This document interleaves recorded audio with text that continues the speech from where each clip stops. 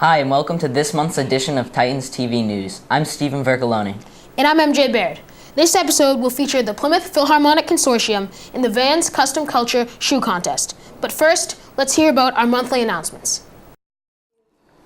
The middle school musical will be performed on Saturday, April 5th at the middle school auditorium. All are welcome.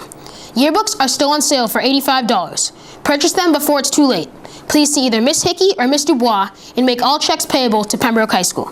Pembroke High School held an American dance on Friday, March 14th. Even with little preparation and advertising, the dance was a huge success and raised a lot of money. A huge thank you to all who were involved. The Pembroke High School golf team's annual meat raffle will be held at the Alumni Sports Cafe on Saturday, April 5th, from 11:30 to 1 p.m. All proceeds will benefit the varsity golf team. Also on Saturday, April 5th, North Pembroke Elementary School's parent-teacher organization is hosting Adult Timeout. Parents only, come enjoy a 50-50 raffle, a night of trivia, prizes, a cash bar, all at the Knights of Columbus. All parents are welcome. Congratulations to all 12 sophomores and juniors who were invited to the State House this month in honor of White Ribbon Day. Supporting the fight against verbal and domestic violence towards women, these gentlemen were chosen by Pembroke females who believe they maintain a respectable character.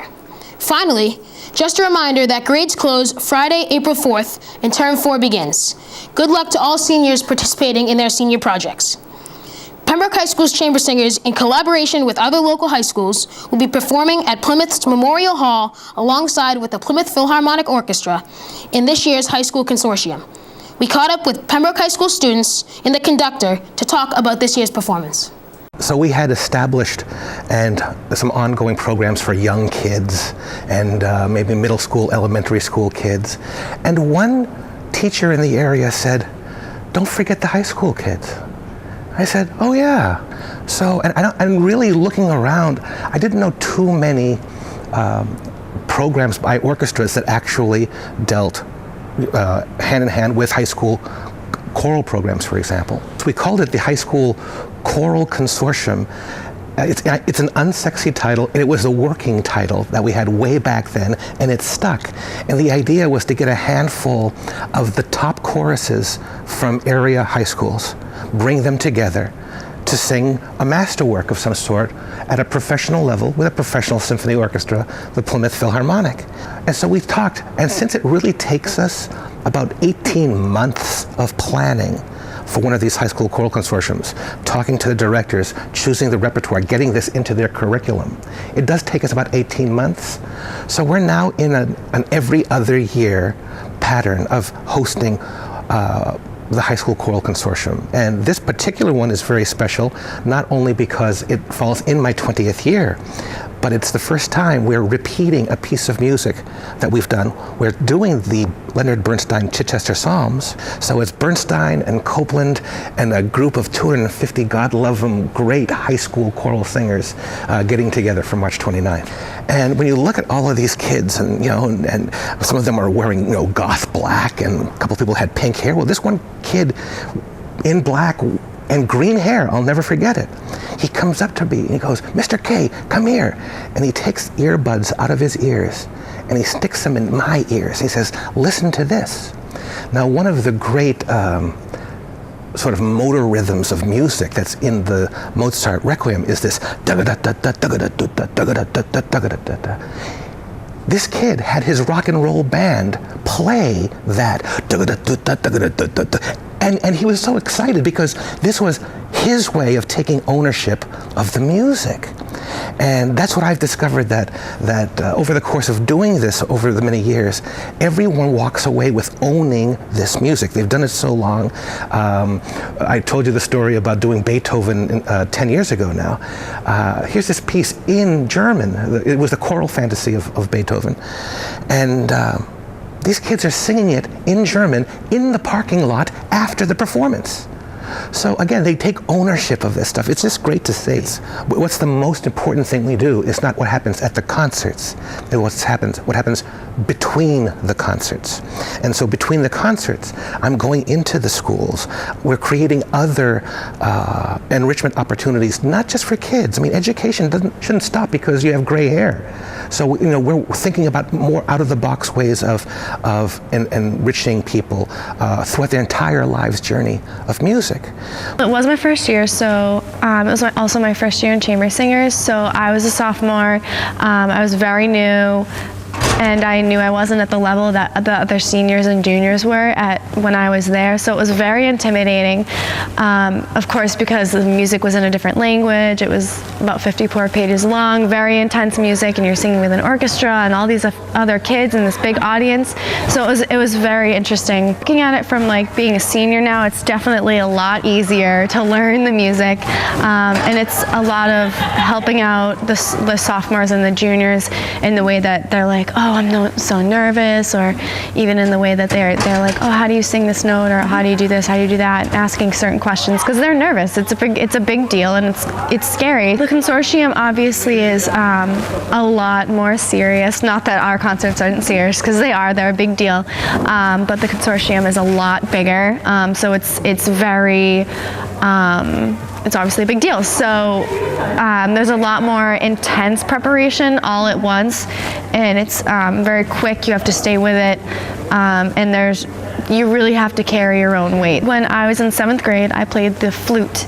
and I hated it, and I wanted to get out of it, and my mom was like, no, you need to stay in music, and I was like, all right, fine, what if I try singing? And she was like, all right, fine. So 8th grade, I did singing, and then I absolutely fell in love with it, and I haven't stopped singing since. And 9th grade, I was in freshman girls choir, and then I auditioned for Chamber Singers and got right in, and it's just been my life.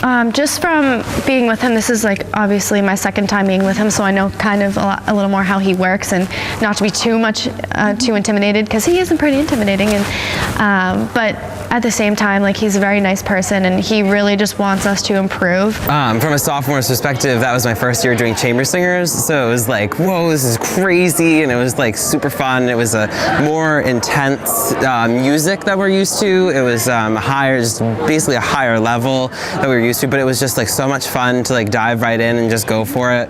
And it was, the rehearsals were like, when you'd give a note, it was just do it. It wasn't like, you know, do it when you're ready. It was just do it and do it right every single time, and then that's carried on ever since. I'm definitely a lot more comfortable because I know how it works. It's definitely, I feel more as a leader than a follower now that I know what it's like, and I really do feel like, you know, it's more, I have a lot more responsibility, like I'm looking at the pieces in a different way, and definitely over the years I've become a lot more musical. This is totally a lot different because every single school has their own way of like the rehearsals that they do, so when we all come together, we all really have to like blend and balance and really feel each other and how we all sing together, and it's just like a great dynamic that we make at the end of the final product, and it's just like the most fun experience ever of the year. Because we're all music kids, we're all here for the same reason, to sing, and it's just better because you don't have people who are like, oh, yeah, like, you know, I kind of like to sing. You have people who are like, I love to sing and I want to be here, and that's just like,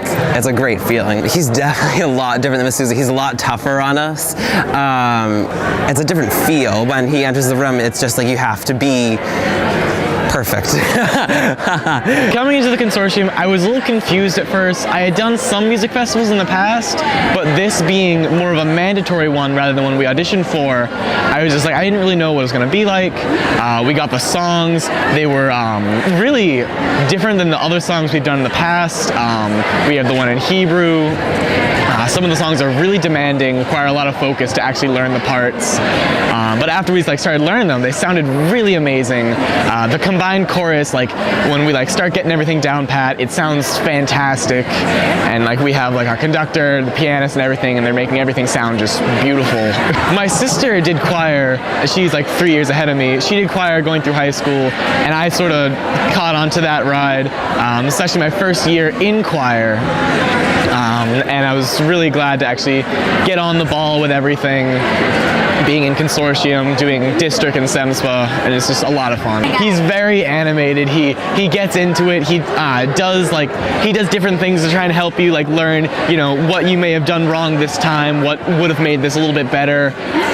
He knows you can tell he knows not just the parts that go along with, like, you know, he's a tenor, he knows the tenor, but he also knows the bass, he knows the alto and the soprano, and he helps everyone, like, with, like, the tone, pronunciation and everything. It's been really neat because at first you're just working with your school and you know the people who pick it up fast, you know the people who you gotta help with, and then when you get into the larger group, you get just all these different people with different music backgrounds, and you have those group of kids that just shoot out and they can, you know, help you if you need help, and you got that group of kids that, you know, you can help them if they need help, and it's really great to hear the whole combined piece once, you know, all the different tones and vocal parts mesh together really well. The director is here, like, the director, especially the pianist, Vicky. Everyone loves Vicky because she just helps us with everything, so kudos to her. I think that's basically it. Now let's go to this month's segment of Man on the Street, where we ask Pembroke High School students about their St. Patrick's Day traditions and March Madness predictions.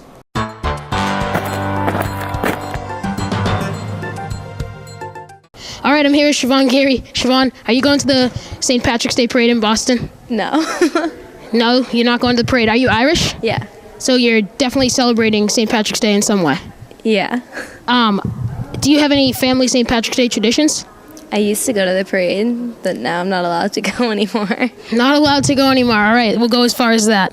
Do you believe in leprechauns? Sure. Sure. Are you a leprechaun? No. Okay, good to know. And one last question. Do you have any March Madness predictions? I don't even know what March Madness is. Okay, thank you. All right, we're back with Anthony Jones. Anthony, how are you doing today? You know, I'm doing mighty fine. Good to hear. First question for you. Are you going to the St. Patrick's Day parade in Boston this year? That's a good question, MJ. It's out there right now. I'm spitballing some ideas for it, but, you know, I'll get back to you. All right, good to hear, good to hear. Are you Irish? Is your family Irish? I'm actually, myself, 50% Irish. 50%. What's the other 50%? A little bit of this, a little bit of that, if you feel me. Yeah, I know what you're saying. I feel you, as you like to say.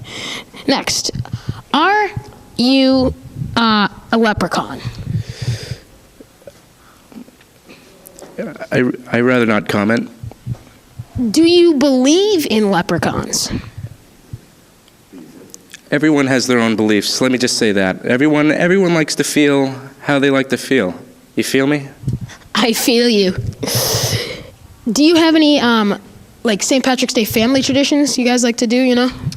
Well, you know, sometimes I'll go over to the old Mickey D's and get a shamrock shake. That's always a classic.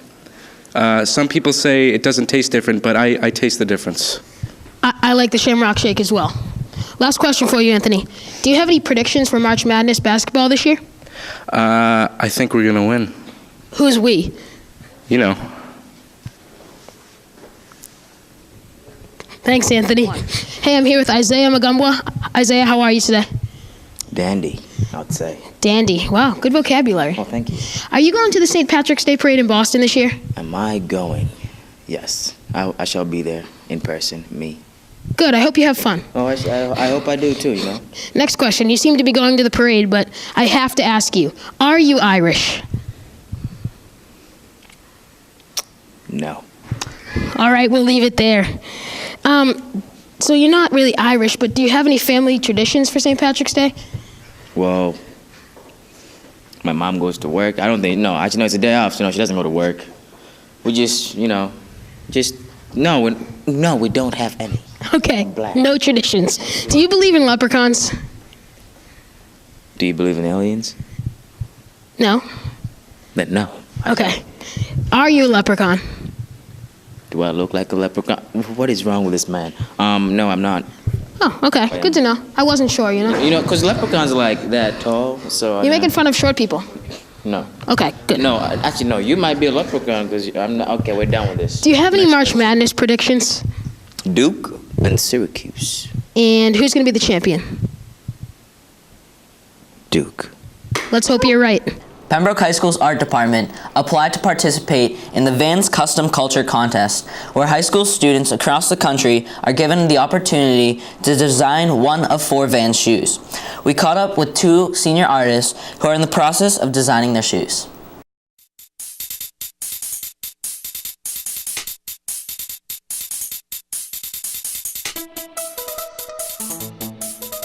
Well, we got the surfboard, and we wanted to do surfing, so it was sports. We had to be like a water sport, something to do with shoes and standing, so we did surfing. And what we did was we did a jellyfish and a squid, and we wanted to incorporate that in the design. Yeah, we're just kind of going at it, and so we can use surfboards out of in the tentacles and all that. And everyone had to do a design, so ours were just chosen to do it. That'll be fun. Yeah. Only 200 schools across the country were selected to participate in this contest. Titans TV News would like to wish the best of luck to our students. That does it for this month's episode of Titan TV News. We'll see you next month. I'm MJ Baird. And I'm Stephen Vercoloni, signing off from Titans TV News.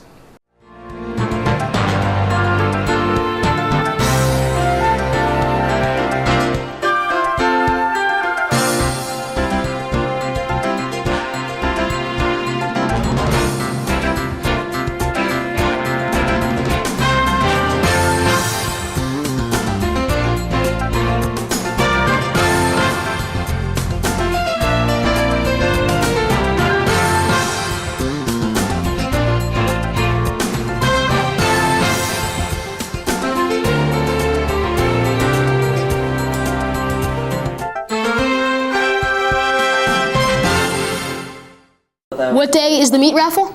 Saturday, April 5th. What is also the April 5th? The North Pembroke Elementary Adult Timeout. What do you do on April 5th?